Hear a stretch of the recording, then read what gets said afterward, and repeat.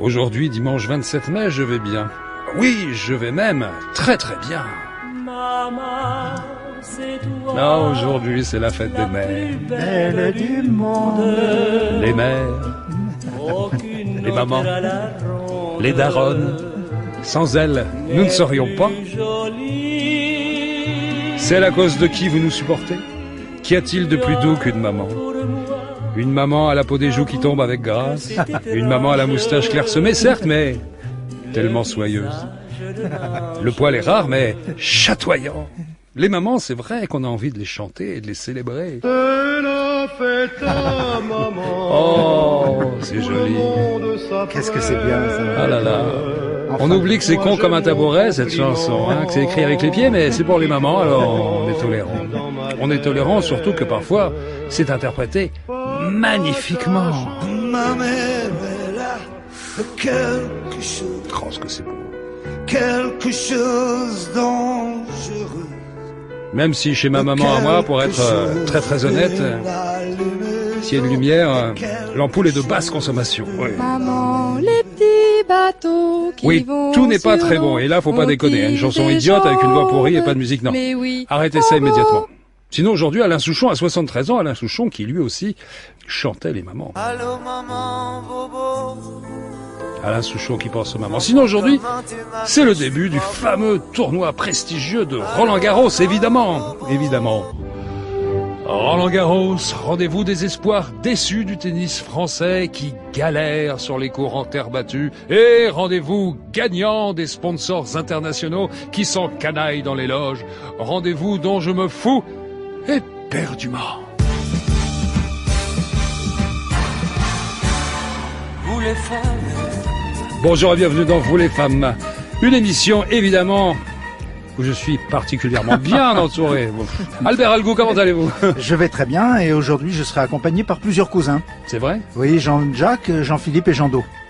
Les Vous meilleurs. connaissez, des Oui, je les habitués. connais par cœur. Bien sûr. Élément vaillant de l'équipe, Hervé Pochon, comment allez-vous? Très très bien, mais je voudrais préciser que pour ceux qui ont une mère québécoise, suisse ou belge, la fête des mères, c'était il y a 3 semaines. Ils ont 3 semaines de retard. Voilà, c'est trop tard. Je ne parle pas à ces gens. Vous avez raison. Voilà, c'est terminé. Et évidemment, vous avez mes deux complices, mais nos invités en ce dimanche 27 mai sont... France Inter.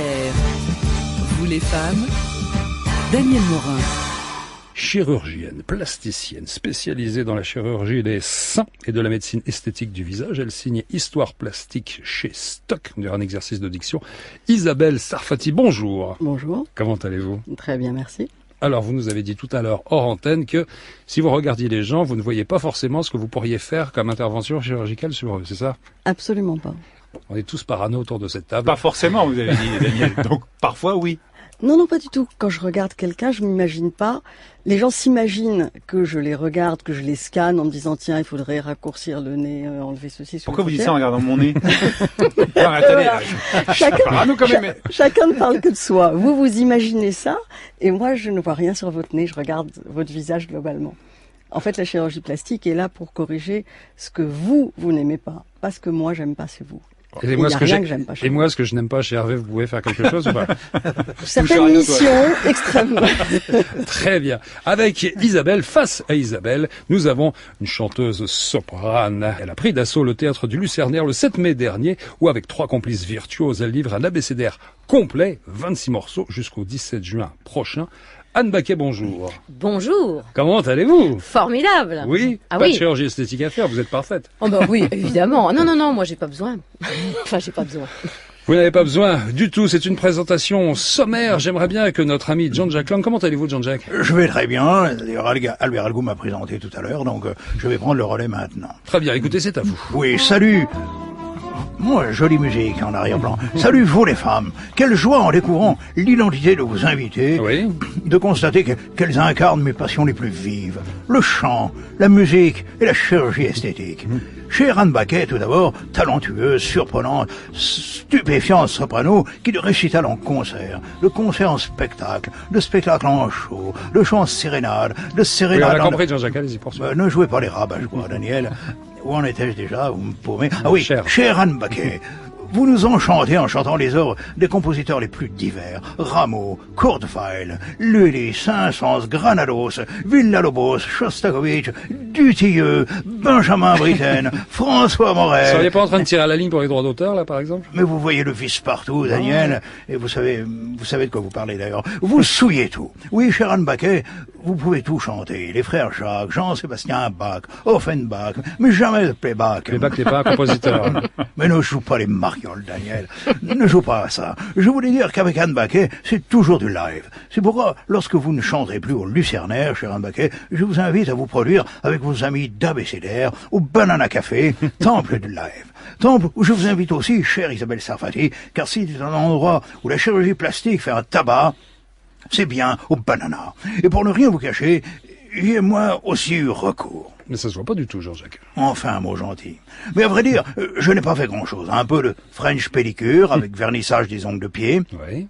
Quelques soins capillaires chez Zozo Coiffure où Jean Patou, mon capilliculteur paysagiste, hélas de la coupe dégradée, rajeunissante, avec balayage et pigmentation des racines au brun noir, avec quelques mèches bleutées pour mettre un peu de gaieté. Pas de soins du visage. Là aussi, des soins discrets, presque rien, gommage, peeling, dermoabrasion avec injection de botox et d'acide hyaluronique, liposuction du double menton, retorsion de mon cou de poulet, discret gonflement des lèvres, en évitant si possible ce que certains de vos confrères, chère Isabelle Sarfati, appellent l'effet Mérou, et aussi d'autres l'effet Régine. Enfin, passage chez le dentiste pour un blanchiment du clavier au Tipex, façon Philippe Vandel. Et pour le reste du corps?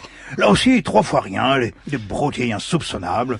Je me suis juste fait remodeler les seins par les chirurgiens californiens, les docteurs Tony Boobs et Johnny Wonderbra, et dans une clinique marocaine, je me suis fait faire une cambrure d'autruche pour pouvoir danser comme un fou de mambo et le bachata sur le dance floor du Banana. D'autres soins en vue peut-être? Bon, presque rien, ouais. Bon, un tirage du scrotum, un allongement du pénis, et pour apporter une petite touche de couleur à tout ça, un anal bleaching. Oh. Alors je vais vous expliquer... Non, on n'a pas le temps, je suis désolé. Dommage, une prochaine fois.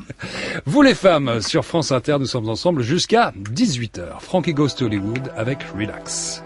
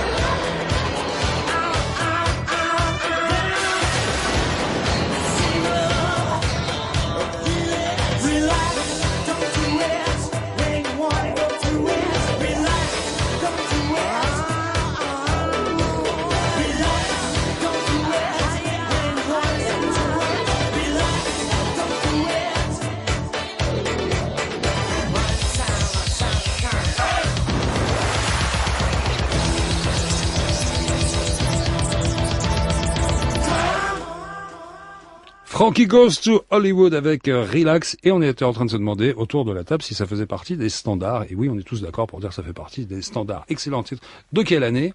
On se demandait si ça avait 30 ans ou plus. La réponse d'ici quelques instants. Une soixantaine d'années, je crois. Avec l'impeccable Marie-Annick Rimbaud, la réalisatrice de cette émission. 1983. Qu'est-ce qui fait le calcul? Une quarantaine d'années. Très bien.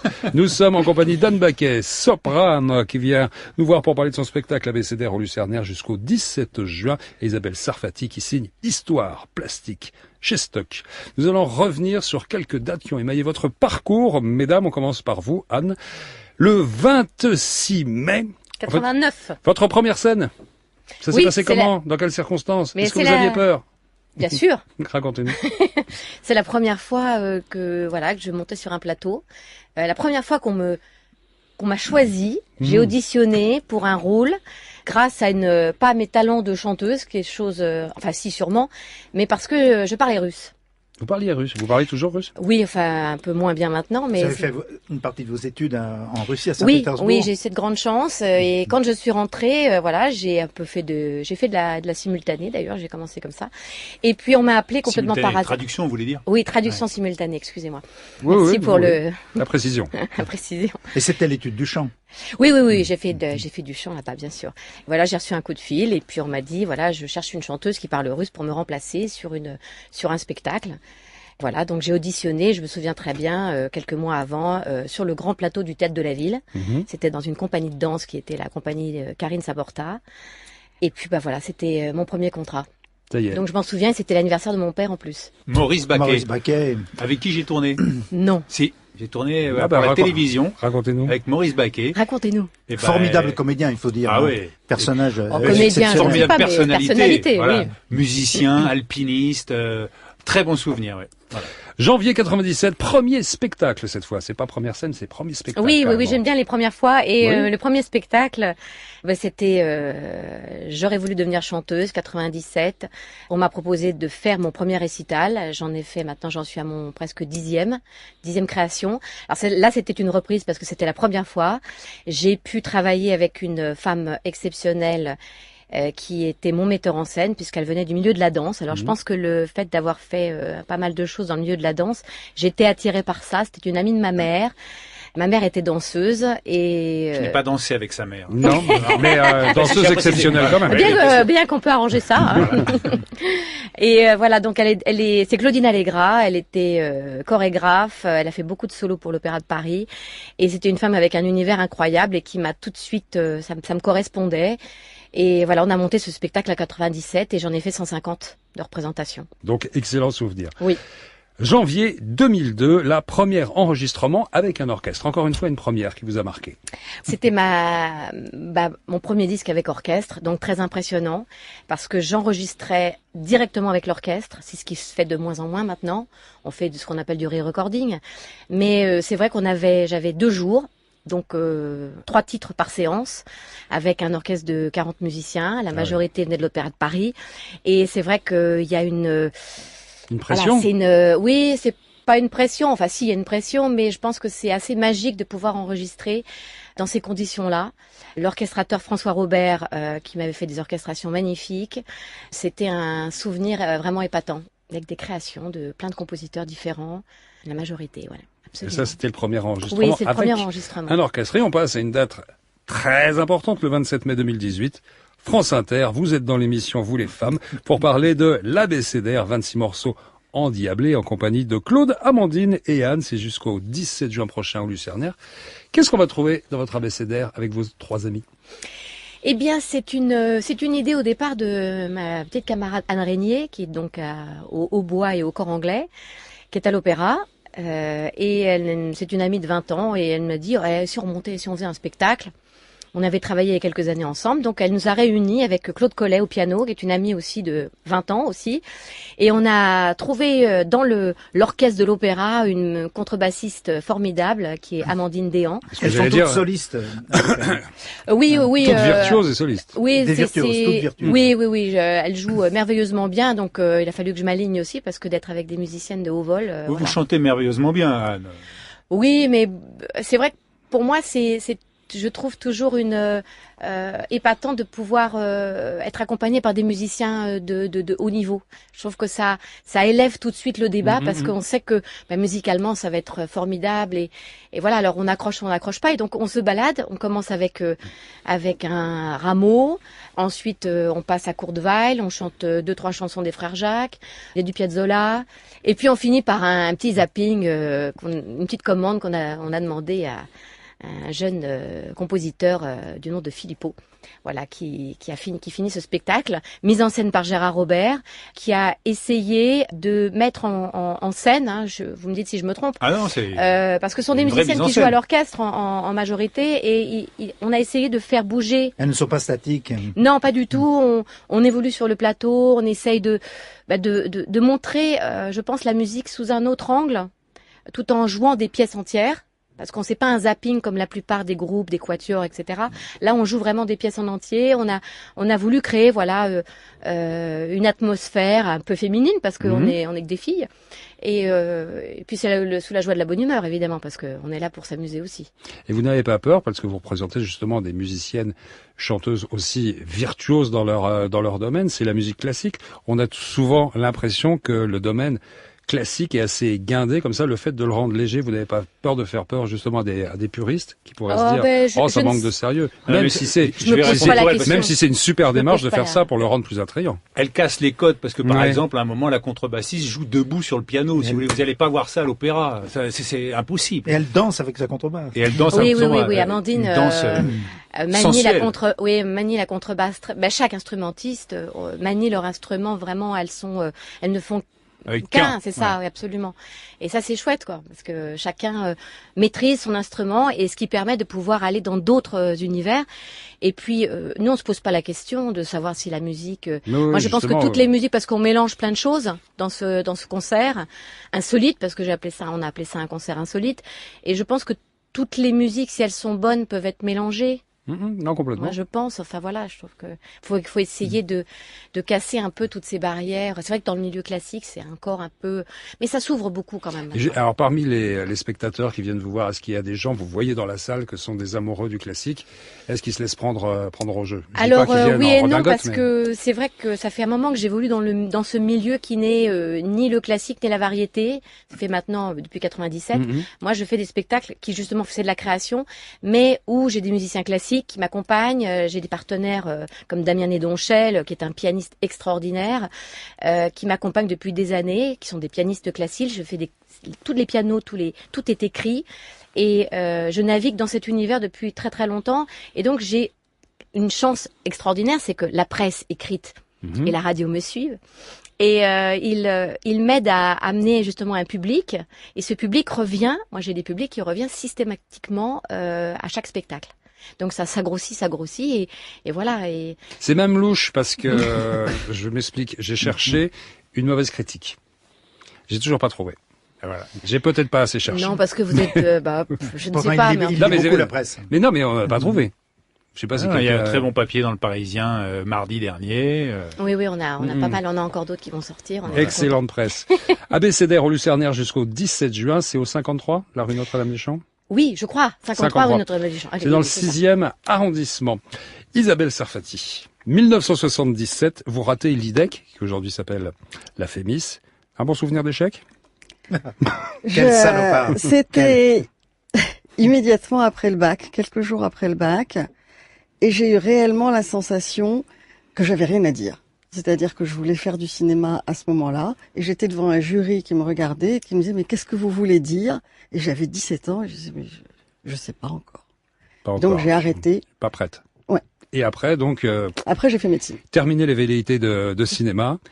Direction l'internat. Ouais. Et donc là, en 2005, on passe à la fondation de l'Institut du Sein. C'est j'imagine, une étape très haute à franchir. Non, j'ai eu la chance. Je travaillais avec Krishna Kloff, qui était à l'époque chef de service à l'Institut Curie, et qui en avait un peu marre de l'administration lourde d'un centre anticancéreux, qui m'a proposé qu'on s'associe et qu'on fonde ensemble l'Institut du sein, où on s'occupe de toute la pathologie mammaire, c'est-à-dire le cancer du sein, mais aussi les malformations, la chirurgie esthétique, la chirurgie plastique, tout ce qui concerne le sein. Très bien. En 2016, on fait un grand bond en avant, le 13 décembre, une rencontre déterminante avec Olivier Rubinstein. Oui. Je connaissais Olivier Rubinstein, qui était un ami, et et je le rencontre, il revenait de Tel Aviv, où il avait été ambassadeur culturel. Je lui demande qu'est-ce qu'il va faire rentrer à Paris. Il me dit qu'il va être agent littéraire. Et je lui dis que je cherche à écrire un livre romancé sur la chirurgie plastique. Et il me dit, ça me va, on le fait ensemble. D'accord, c'est le déclic. Oui. Et c'est en le voyant que vous vous dites, faut que j'écrive le bouquin, vous aviez l'idée, vous vous dites, c'est l'occasion, c'est la personne à qui parler.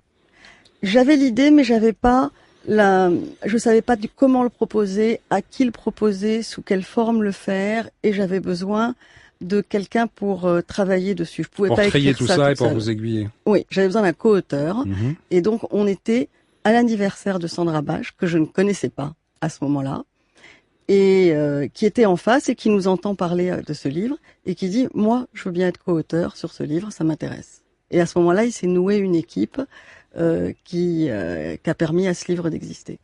C'est bien vos soirées, disons. Moi, je rencontre personne aux soirées où je suis invité qui m'aide à progresser dans ma vous carrière. Avez vu, vous terminez vos soirées, Daniel. Il faut changer de lieu. C'est pas faux, c'est pas faux. On passe au 27 mai 2018. Vous êtes sur France Inter pour parler de Histoire plastique publiée chez Stock. Ce sont des histoires vécues à chaque fois? C'est du presque vrai. Presque vrai. Du plus que vrai. C'est-à-dire que toutes ces histoires... Comme dans le cinéma, ça part d'un fait réel. Ça part d'un fait réel. C'est destiné au cinéma, puisque on va faire une série avec haut et court basée sur ce livre. Et chaque cas a existé, mais il est raconté de manière romanesque. L'éclairage qu'il y a sur l'histoire qui est racontée est un éclairage romanesque. Alors, puisqu'on parle de romanesque, parlez-nous de cette histoire du joueur de poker. Une demande assez particulière. Il y a un de mes collègues urologues qui me demande un jour de l'aider à faire du filling, c'est-à-dire des greffes de graisse, pour élargir le diamètre des pénis. Alors, filling, en anglais, ça veut dire remplir, c'est ça? Oui. Donc. Et donc, j'arrive dans la salle où il voulait faire un filling, je devais le faire avec lui, et à ce moment-là, je vois que il y avait un de ses patients à qui avait 4 testicules.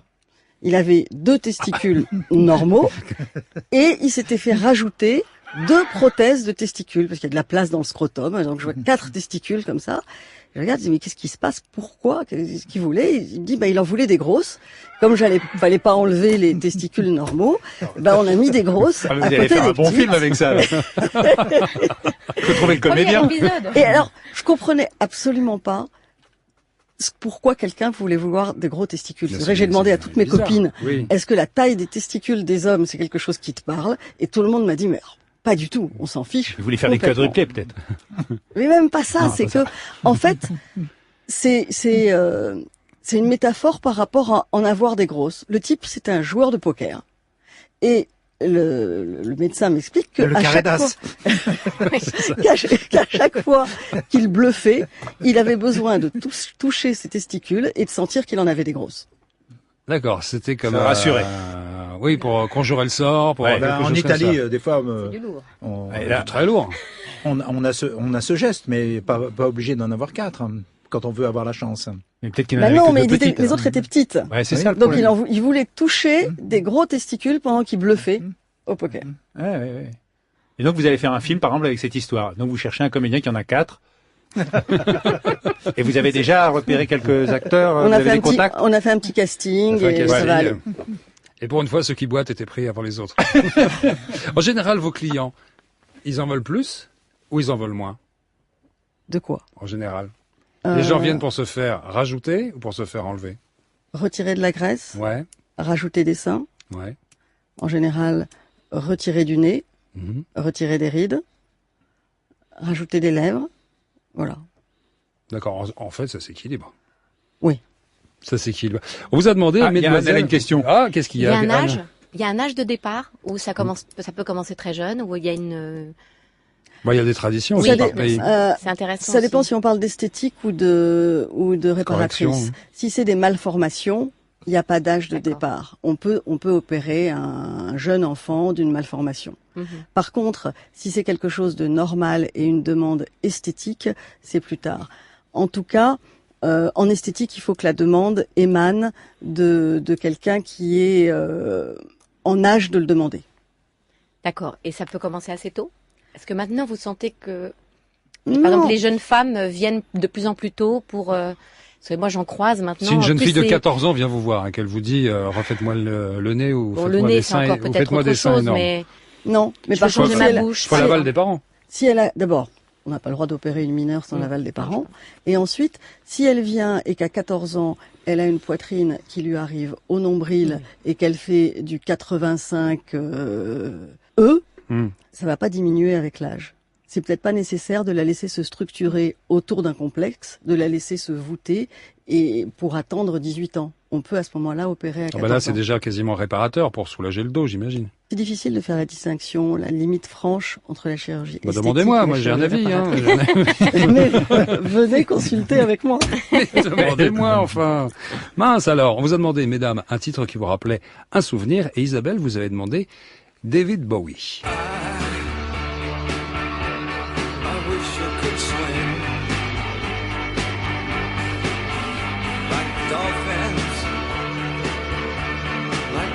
Can swing. Though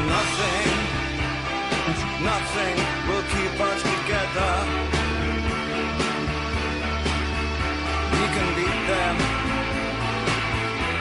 forever and ever. Oh, we can be heroes. Il vient de le dire, Heroes, David Bowie. Isabelle, ça vous rappelle quoi ce titre? Quand je préparais l'internat, j'étais réellement en surchauffe et je suis devenue fan de David Bowie. J'étais complètement délirante, je pensais à lui jour et nuit et j'étais persuadée qu'à travers ses chansons, il s'adressait à moi. Et quand j'écoutais Heroes, ça me donnait le courage de travailler.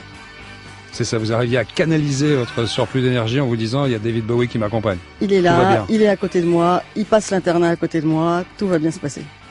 Vous l'avez rencontré? Non, jamais. On se fait un petit plaisir, on écoute un peu David Bowie.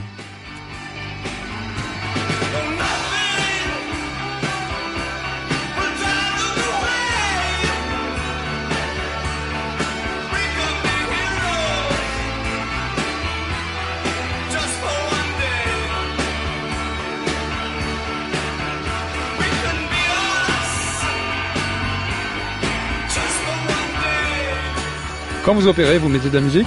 Toujours. Toujours? David Bowie? À fond? David Bowie, entre autres. Je mets plutôt... le choix du patient. Il dort, le patient. Ah oui, c'est moi qui dois être bien. Lui, le patient dort, c'est l'anesthésiste qui s'en occupe. C'est moi qui dois être bien. J'aime opérer avec de la musique planante et optimiste. Oui, j'imagine, parce qu'à ACDC, ça pourrait tourner dangereux. C'est pas ça qu'il faut mettre pour opérer, exactement. Scalpel. Highway to Hell.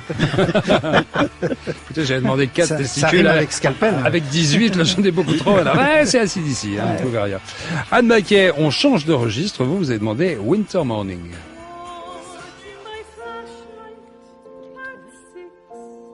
Vous l'avez trouvé? Oh, c'est pas moi qui l'ai trouvé, vous savez, il y a des gens beaucoup plus compétents qui sont chargés. La maison de la radio, elle est stock. Ça, c'est bien, ça. C'est magnifique, comme musique planante. Vous pourriez opérer là-dessus, Isabelle? J'adorerais opérer là-dessus. D'ailleurs, je vais noter le titre et je vais opérer là-dessus vendredi. C'est un disque, c'est magnifique. C'est très rare, je trouve, ce genre de concept. Ça, c'est parfait pour opérer. Ce qui nous arrangerait, c'est que vous opériez une femme, comme ça on pourrait l'inviter, et lui demander comment ça s'est passé, ce croisement entre les deux invités qu'on a eu la fois d'avant. D'accord? D'accord. Ok, ça marche. C'est bon, on est en train de remplir la liste. On a le prochain client, les amis. Qu'est-ce que ça vous rappelle, Anne Baquet, ce titre? Ça vous fait penser à quoi? Maria Schneider, c'est une artiste américaine, compositrice, qui est une des rares qui a reçu beaucoup de prix, dont les Grammy Awards en jazz. Elle écrit, et ce disque-là a été écrit spécialement pour une soprano qui est Dawn Upshaw. elle a voulu créer un nouveau, pas un style, mais il y a vraiment une couleur particulière parce elle fait du jazz sans utiliser de batterie. C'est vraiment que les cordes. Et il y a cette voix au-dessus avec un auteur, un poète américain qui est Ted Kooser. Ils ont créé cet album qui a été d'ailleurs récompensé. Récompensé, oui, absolument. Et moi, j'adore ce travail qu'elle fait avec. Elle vient jamais en France, évidemment. Moi, j'ai découverte par Internet parce que j'aime beaucoup le jazz et d'ailleurs cette chanson-là, je la chante. On a fait un arrangement piano et un arrangement pour orchestre à cordes. Je l'ai déjà fait et j'adore ce répertoire.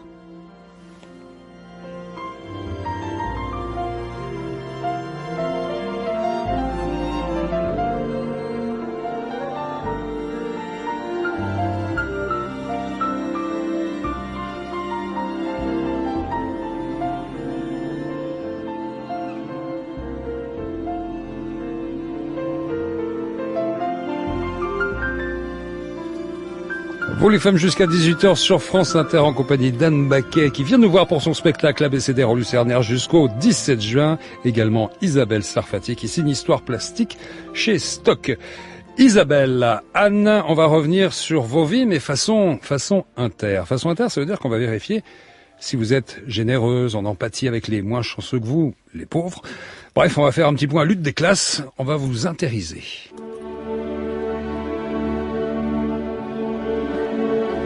Anne Baquet, soprano, femme dont la voix tutoie les cieux et pourrait apporter un peu de réconfort à tous ceux qui ont le moral au ras du sol. Le fait-elle? Est-elle cette femme providentielle qui saura mettre du baume au cœur de ceux qui l'ont qui saignent? Est-ce une femme de cœur? Non! Bien sûr que non! Elle préfère faire la folasse avec ses copines virtuoses en allant couiner au Lucernaire. Est-on mieux loti avec Isabelle Sarfati? Isabelle, la reine du bistouri correcteur? Isabelle qui pourrait redonner le sourire aux déshérités trop souvent édentés par trop de privation, les bourrelets en pagaille par la malnutrition et le sein qui tombe par terre à force de succion? Les soulage-t-elle en les corrigeant par la lame? Est-elle cette femme de cœur? Non! Bien sûr que non! Elle préfère découper les nantis dont le nez est trop épais ou la couille trop molle les pousse à se faire découper aussi de dizaines de milliers d'euros sans que cela un instant mette en péril leur capital. Isabelle, Anne, vous n'êtes pas ce qu'on peut appeler des femmes de partage, mais qu'est-ce qu'on est content de vous avoir avec nous pour la fête des mères et les 73 ans d'Alain Souchon. Surtout, mesdames, ne changez rien! Psycho Star, King Tuff dans Vous les femmes. Excellent week-end à tous, à l'écoute de France Inter. Évidemment, jusqu'à 18h, avec Albert Algoum, avec Hervé Pochon, avec deux invités exceptionnels, Isabelle et Anne.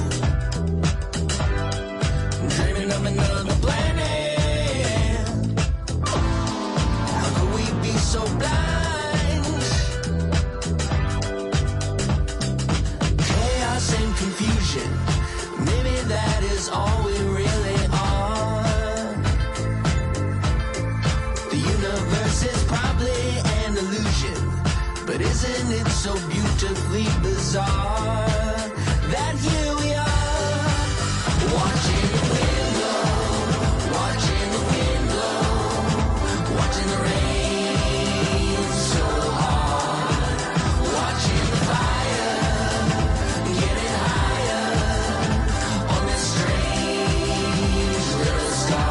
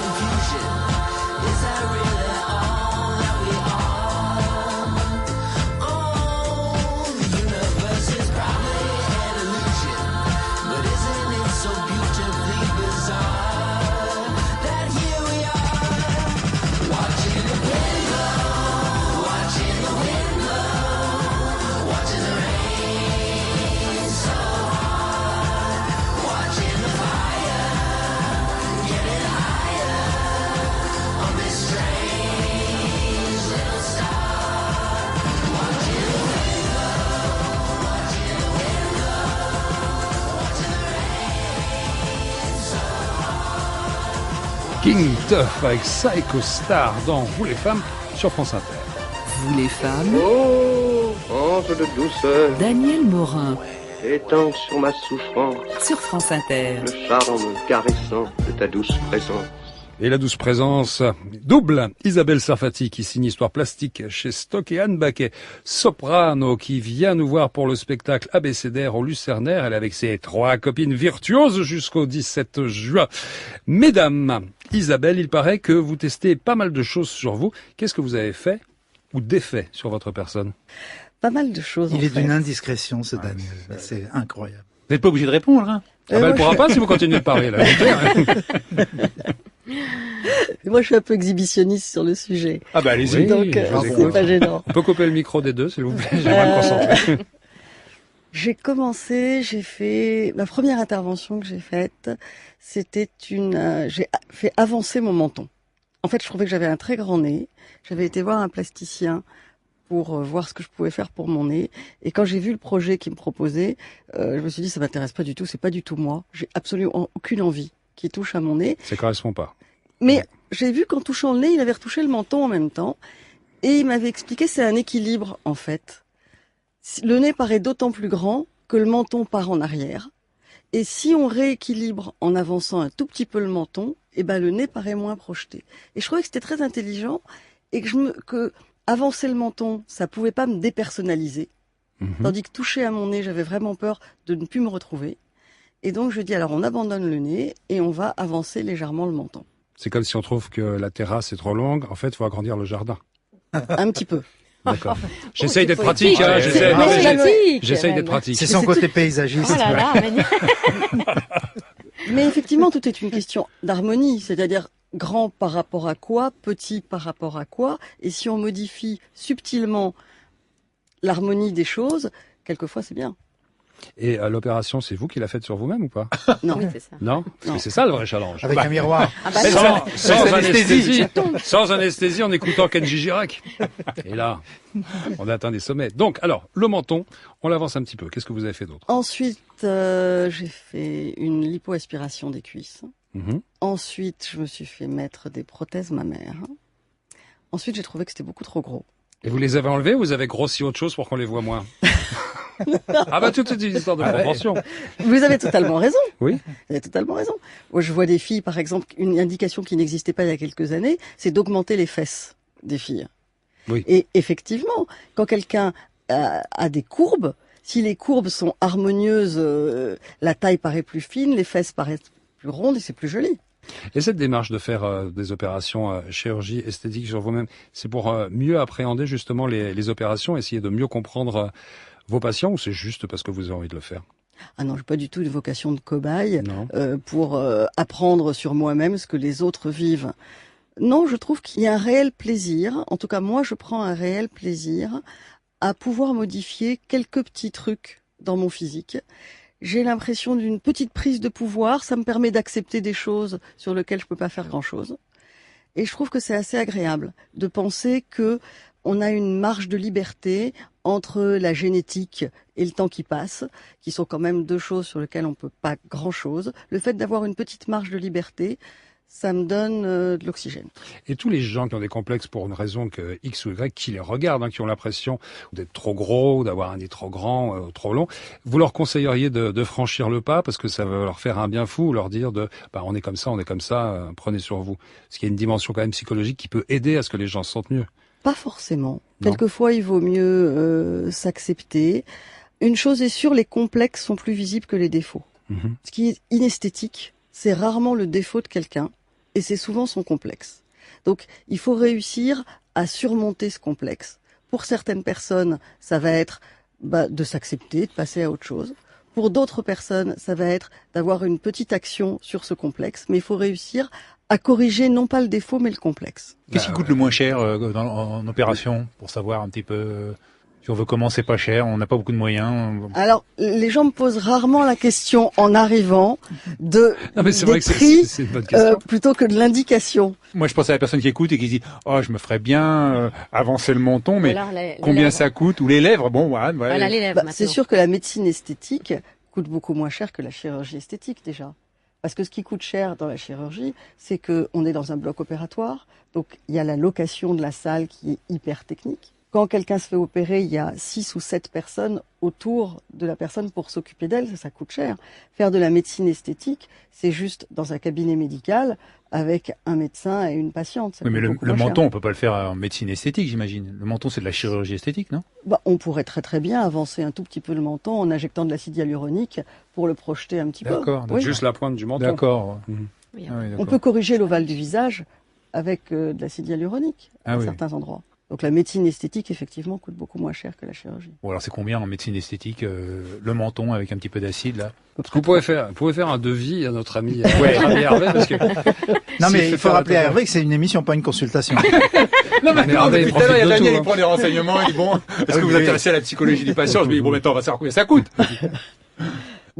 Une seringue d'acide hyaluronique, en général, ça coûte 300 € une fois que c'est injecté, à peu près. Alors, des histoires plastiques, vous les retrouverez dans le livre que signe Isabelle Sarfati. C'est chez Stock et grâce à Hervé Pochon, vous savez combien ça coûte d'avoir une injection d'acide hyaluronique. Anne Baquet, je voulais vous demander, dans le Canard enchaîné, un chroniqueur artistique a qualifié votre spectacle de Baquet cadeau. Ça vous fait plaisir ou vous avez trouvé ça consternant? Non, moi j'aime bien, d'ailleurs je l'utilise souvent. Je trouve ça assez drôle, je sais pas qui c'est d'ailleurs. Au Canard enchaîné, oui, c'est vrai. Non, dans le Canard enchaîné, je signale que les gens qui s'occupent des titres ne sont pas ceux qui rédigent les articles. C'est surprenant, ça. C'est pas vous qui avez trouvé le titre, Albert, ce n'est pas vous. Non, c'est pas moi. Baguet cadeau, c'est vous ou pas? Non, c'est pas moi. D'accord. Donc Albert, c'était juste une façon de vous tendre la perche pour que vous nous disiez ce que vous pensiez de ce spectacle. C'est un spectacle tout à fait formidable. Alors, je vous interromps juste une seconde. Albert va voir tous les spectacles qui se jouent à Paris. J'y vais déguisé avec une fausse barbe. De la comédie, du stand-up. Oui, parce que je paye ma place. Il va voir tous les spectacles. Pour la simple et bonne raison que quand vous êtes invité puis que vous n'aimez pas et que vous faites un papier qui est désagréable ou que vous faites pas de papier du tout parce que ça sert à rien de faire de la peine aux gens et c'est extrêmement gênant. Non, mais Anne Baquet, c'est une artiste absolument exceptionnelle. C'est une artiste complète. Elle chante merveilleusement bien, mais c'est aussi une comédienne. Et ses spectacles sont d'une grande diversité, sont d'une grande ouverture d'esprit, d'une grande fantaisie. Et c'est tout ce que j'aime, moi, dans le spectacle vivant. Donc voilà, c'est formidable qu'elle soit invitée aujourd'hui. Merci, du mardi au samedi à 19h. Et le dimanche à 16h. Voilà. N'oublions pas le dimanche, évidemment. Mesdames, vous savez tout bien que, évidemment, je pense de vous, mais je vais laisser la parole à un homme qui sait mieux que quiconque. Pourquoi vous êtes venu nous voir aujourd'hui? Écoutez, Jean-Philippe Manœuvre. Hello, you the women! Salut, Dany! Putain, it's so good de vous retrouver. Surtout qu'aujourd'hui, vous invitez Isabelle Sarfati et Anne Baquet, la lead singer d'un girls group qui déchire sa race! Girls group, carrément. Yes, Dany! C'est autre chose que les Parisiennes, que ce pauvre Ruquier vient de ressortir du saloir! ABCDR, c'est un vrai girls group, des virtuoses, tout comme The Marvelettes, qui chantaient en 1961. Please, Mr. Postman! Je pense aussi aux Crystals, avec Dadou Ron. Putain, c'est bon de réentendre ce bijou, avec aussi un single cinglé le plus maso de toute l'histoire de la pop, composé par l'effrayant Phil Spector. He hits me and I felt like a kiss. Ce qui veut dire, il m'a frappé et j'ai senti comme un baiser qui ne risque pas cette chanson, comme le disait mon vieux pote Gilles Verland, spécial tribute à toi, Gilles, là où tu es, qui risque pas de devenir l'hymne de la journée internationale des violences faites aux femmes. Vous savez que cette émission s'appelle Vous les femmes, quand même. Oh, cool, Danny, cool. Oui, quand même. J'aurais aussi voulu vous parler des Ronettes, de Runaways, des Bungles, de Bananarama. Jean-Philippe, vous n'allez pas nous faire l'historique des girls group. Sinon, j'ai fait vous aussi. Oh, tu bafouilles, hein. Oui, complètement. Vous êtes en train de tirer à la ligne pour vos droits d'auteur. Putain, Merde, alors. On s'éloigne d'ABCDR. Ouais, ça c'est vrai, je tire à la ligne pour la SACEM. Faudrait voir à pas pousser le bouchon. Ah non, là, c'est pas moi qui dois dire ça. Oh, le duo. Ah, Non. Jean-Dominique. Oui. Jean-Dominique Besnéard, vous Eh souhaitiez bien, intervenir. Je vais répéter ce que vient de dire mon ami Jean-Philippe. Il faudrait pas voir à pousser le bouchon. Oui, vous souhaitez intervenir, Jean-Dominique. Besnéard, bien sûr. Bon, après les BVG que je viens d'entendre, les sottises, je souhaiterais recentrer l'attention sur vos invités. Mais fuck the fucking fuck, Ah j'allais bon, le voilà, faire vous. en rappelant qu'Isabelle Sarfati est une femme de mon cousin Philippe. Page 35, je cite, hein, c'est dans votre livre, je vous cite Isabelle, tous les soirs à minuit, je travaillais en écoutant à la radio le concert imaginaire, Philippe Manœuvre, ouais, enchaînait le live de ses musiciens préférés, il était fan de Bowie, moi aussi. C'est vraiment énorme, énorme. Mais oui, c'est ça. Bon, je poursuis. Cher Anne Baquet, en tant qu'orthophoniste d'Esslar, je parle de moi, il y a une chanson sans sas de votre spectacle que j'apprécie un max. À la lettre J, comme jeu de diction, la chanson Ciel si ceux-ci se sentent de Graziani Filgi, compositrice française contemporaine. Vous pourriez nous chanter quelques mesures de la diction? Alors, ce n'est pas chanté, mais nous essayons C'est une de... diction. Voilà, c'est un petit exercice de diction que nous essayons de faire sous des petites arpèges musicales. Alors, il y a des extraits comme poche plate, plate poche, poche plate, plate poche. Alors, on en fait un certain nombre, on vient se mélanger, et puis ensuite, il y a une réponse qui fait quoi? Quelqu'un qui acquiesce le quinquennat qui te le caisse sous les colibets? Il y a aussi ce cher Serge, pas facile à dire. Et nous avons aussi en un an, Nini n'a nettoyé, ni n'a ni ni peu. Je le dis bravissimo. En tant qu'orthophoniste, donc je trouve que beaucoup de nos chanteurs à diction incertaine devraient se exercer. Comment? Ils sont intenses, ils sont insensés, ils écorchent, circulation désastreuse. Ouais, bon. Ça suffit, assez, j'en ai assez. Jean-Philippe, revenez. Les auditeurs se plaignent. Putain, Jando, c'est pas un cheveu que t'as sur la langue, c'est une touffe. Pour qu'on se comprenne, tu devrais demander à Isabelle Sarfati de te refaire ta fucking glotte et ton son of a bitch of larynx. On n'aura pas le temps, pas pour l'instant. En tout cas, vous prendrez rendez-vous avec Isabelle. Merci Jean-Philippe. Salut. Merci Jean-Dominique. Vous les femmes. Oh, c'est trop horrible. Sur France Inter. Sur France Inter avec Isabelle Sarfati qui signe Histoire plastique, c'est publié chez Stock, et Anne Baquet, vous venez de l'entendre, virtuose dans la diction.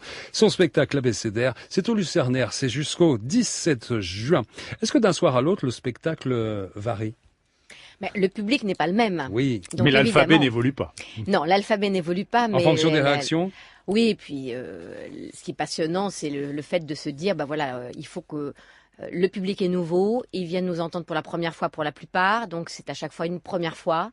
Et rien que ça, déjà, le spectacle n'est pas le même. Parce que tout dépend du public qu'on a. Il y a des publics tout de suite qui marchent, d'autres qui vont écouter, d'autres qui vont rentrer petit à petit. Voilà. Moi, j'ai mis un peu de temps à comprendre que c'était toutes les lettres de l'alphabet. Donc ça, c'est drôle à la fin de demander, toi, t'as compris à quel moment? Toi, t'as compris? On voit les plus vifs. Mais c'est votre côté touchant en même temps. Merci. Moi, c'était à Z que j'ai compris. Oui, mais c'est ça qui vous rend comme ça. Festival d'Avignon Soprano en liberté. Vous êtes libéré de quoi? J'ai toujours été assez libérée. La voix est un élément qui me correspond tout à fait parce que j'aime évoluer sur un plateau. Je me sens assez en liberté sur un plateau et en chantant. C'est pour moi assez, pour l'instant, je dirais facile. Bien sûr, il faut quand même... maintenant, j'ai besoin de chauffer un peu plus le matin, enfin juste avant de chanter. Avant, ça venait tout seul. Maintenant, avec l'âge venant, on est obligé d'un petit peu chauffer. Mais c'est au Festival d'Avignon. C'est un récital avec plus de 80% de création. Il y a quelques reprises, donc dont une chanson de Queen que j'ai voulu mettre parce que j'aime beaucoup Queen. Bohemian Rhapsody. Ah, c'est formidable. Version piano-voix. Et puis un Beatles, Ticket to Ride, que je fais en version baroque. Parce qu'il faut quand même... C'est au Festival d'Avignon, ce sera au Théâtre du Balcon, Oui. du 6 au 28 juillet jusqu'au 17 juin à l'Abécédaire, au Lucernaire. Isabelle, ça va devenir une série, justement, ce livre, Histoire plastique. Vous pouvez nous en dire un tout petit peu plus? C'était destiné à être une série au départ. Et donc, effectivement, maintenant que ça a été publié, il y a Haut et Court qui a acheté les droits et on travaille sur fabriquer la série qui va aller avec. Parce que je pense que la série est la forme idéale pour explorer un univers et que la comédie des apparences, la façon dont on gère notre interface avec le monde, notre apparence, est toujours assez intéressante et l'objet d'une tragicomédie humaine qui est touchante. Ce qui est drôle, c'est que vous qui vouliez faire du cinéma, vous allez Finalement. réunir, faire la boucle, quoi. Ah oui, c'était le but. On va y arriver. Vous écrirez à la Fémis. Vous direz, finalement, j'ai trouvé ce que je voulais faire. Vous m'avez pas J'ai pris, trouvé mais ce que voilà. je voulais faire. Les amis, c'est déjà la fin de cette émission, mais à la fin de l'émission, il y a les cadeaux d'Alberto. Alors pour vous, Anne Baquet, ma vie est tout à fait fascinante. Alors il ne s'agit pas de la mienne, il s'agit de celle de Pénélope Bagieux, qui est une blogueuse, qui est une illustratrice, qui raconte les péripéties, la petite histoire de Pénélope, qui est un personnage vraiment attachant, fantasque, et le personnage devrait beaucoup vous plaire. L'éditeur, c'est Jean-Claude Gassevitch. Donc Pénélope Bagieux, ma vie est tout à fait fascinante. C'est une dessinatrice qui remporte un gros succès et son blog est très très fréquenté. Et pour vous, Isabelle Sarfati, alors c'est Epiphania d'un auteur de bande dessinée, Ludovic de Burme, qui a de grands talents. C'est chez Casterman. Epiphania 2, c'est le tome 2 de ses aventures, qui se déroule chez des personnages étonnants, les épiphaniens, qui sont dotés d'un physique qui ne pourra que vous intéresser. La chirurgienne plastique que vous êtes, plasticienne ou plastique que vous êtes, ça devrait vous intéresser vivement. Ah oui, effectivement. C'est un formidable dessinateur. C'est la fin de Vous les femmes. Nos invités aujourd'hui étaient Anne Baquet, soprano, qui venait nous voir pour le spectacle Abécédaire au Lucernaire jusqu'au 17 juin. Le Lucernaire, c'est 53 rue Notre-Dame-des-Champs, c'est dans le 6e arrondissement de Paris. Isabelle Sarfati qui signe Histoire plastique chez Stock. Et sachez que ça va devenir une série. Quand? On sait pas. Nous, on sera aux aguets quand même. Merci Albert Algo, merci Hervé Pochon. Si vous allez au théâtre Tristan Bernard le lundi 28 et le mardi 29 à 20h, allez-y, les amis, parce que il sera sur place à la réalisation de cette émission. Marénique Rimbaud, attaché de production Sophie Hoffman, à la technique Diego Lopez, programmation musicale Thierry Dupin. La semaine prochaine, nos invités seront Bambi et Mélodie Gardot. Au revoir, bon dimanche à l'écoute de France Inter, évidemment. Et moi, je vous donne rendez-vous demain à 6h57 pétante. Waouh.